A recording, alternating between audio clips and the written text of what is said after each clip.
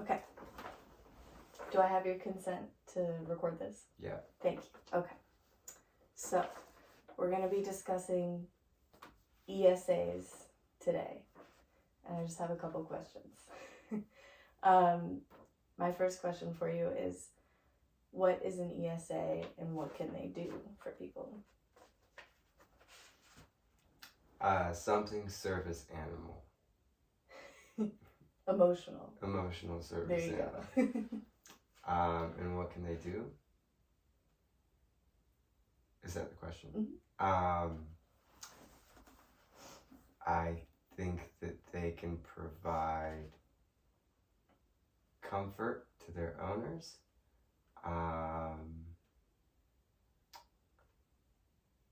Companionship. Mm-hmm.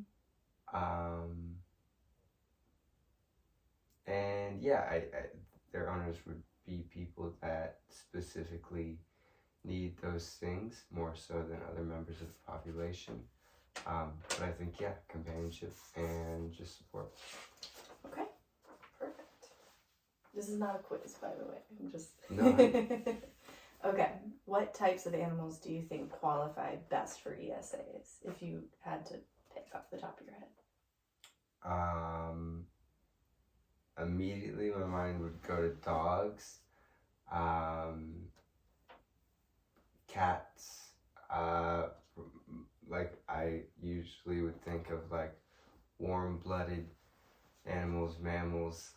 I don't know if I've ever seen like a lizard or a snake or something like that, or like a turtle. Mm-hmm. I think maybe having it be like big enough so you can feel its physical presence. I think that could be a way to gauge it, but I'm sure anything could be. Also, maybe being able to have that pet out in public. Mm-hmm. Like it would be hard to bring something like a snake around or a lizard, and you know, being able to train it so it's you know, not any kind of burden in public. Mm-hmm. Cool.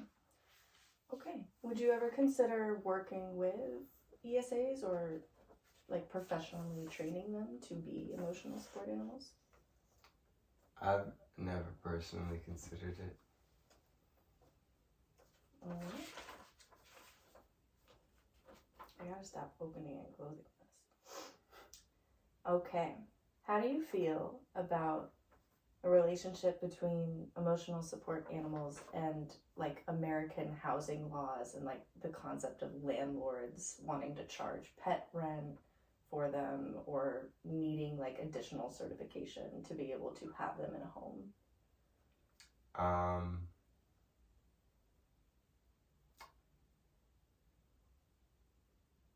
I tend to not be on the side of the landlord in pretty much any issue. So, and I don't know if this is an issue, but I would say that it's just as ridiculous as having pet rent at all. I could maybe see a practical justification for it from a landlord's perspective of possible damage to the house, but I'm not. There's no part of me that wants to die on that hill. I think I give that a thumbs down. Okay. Perfect. Do you think that the process of getting a pet certified to be an ESA is easy or more difficult? There's only a handful of people I've known who have like been in the process of getting one that I know of. I don't really know what that looks like or what that entails, but I would assume that like a good amount of training would have to be done, and then there would probably be you know, a guiding entity to gauge whether or not a animal has achieved that status. And I think that that's probably a good thing because, not necessarily because of anything besides the animal being able to do what it's there for. So it's like, not that an untrained animal would be a problem for anybody else. It just wouldn't probably be as helpful for the person that needs it for a specific thing. So I think that is the main reason that I could think of for having a gauge for it. But I wouldn't imagine it's very easy. So, like, it depends on the person, probably. Depends on the animal. That's kind of what you're saying. I think more so it's just like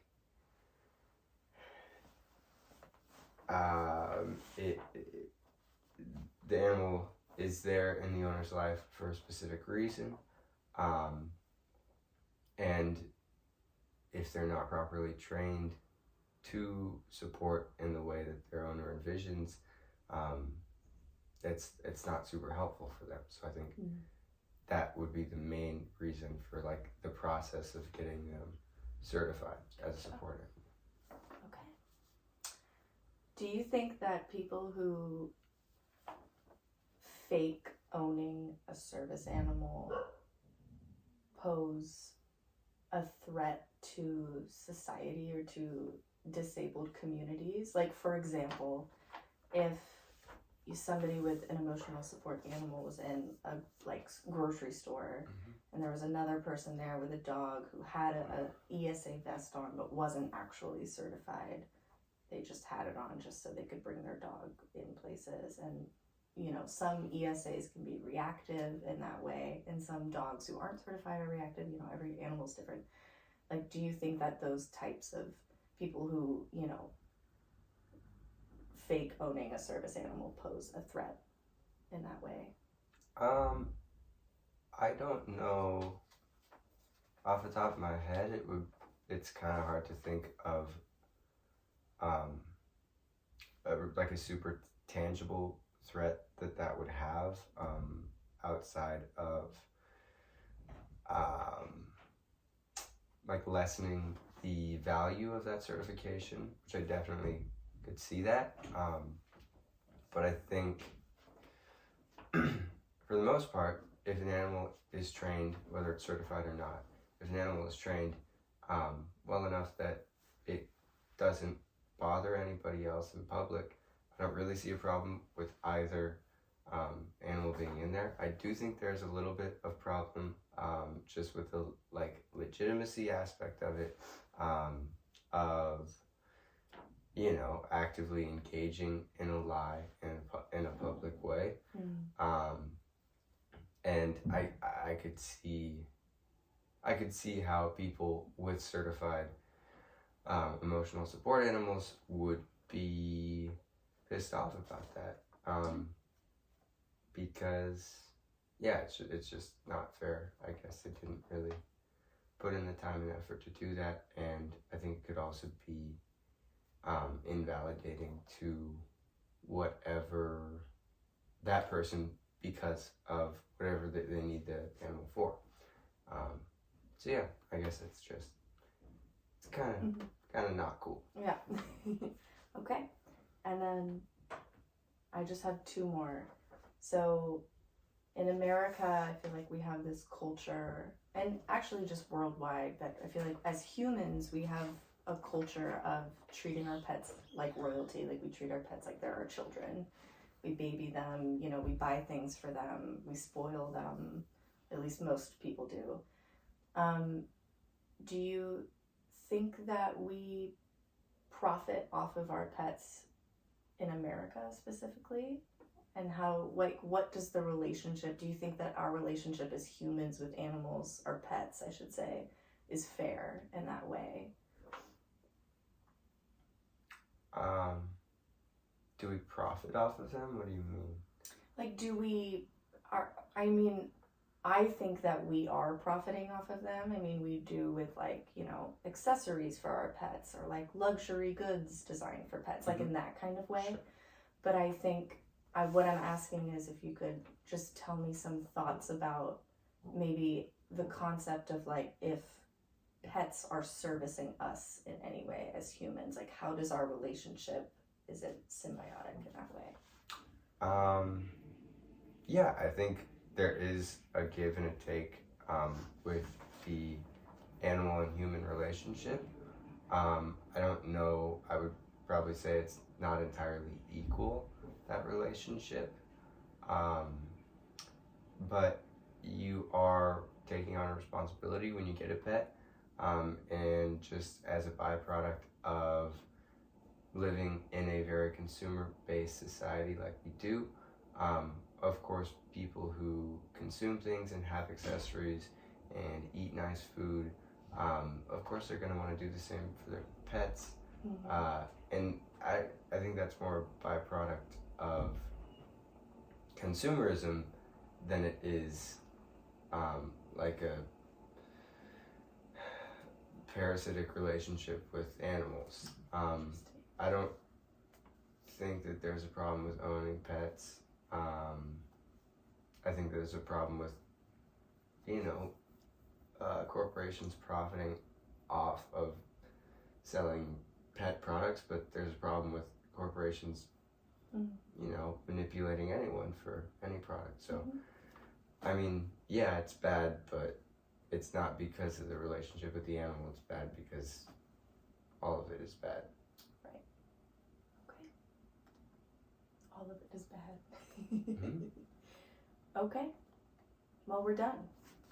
Thank you so much. Thank you for your time. Thanks for having me on.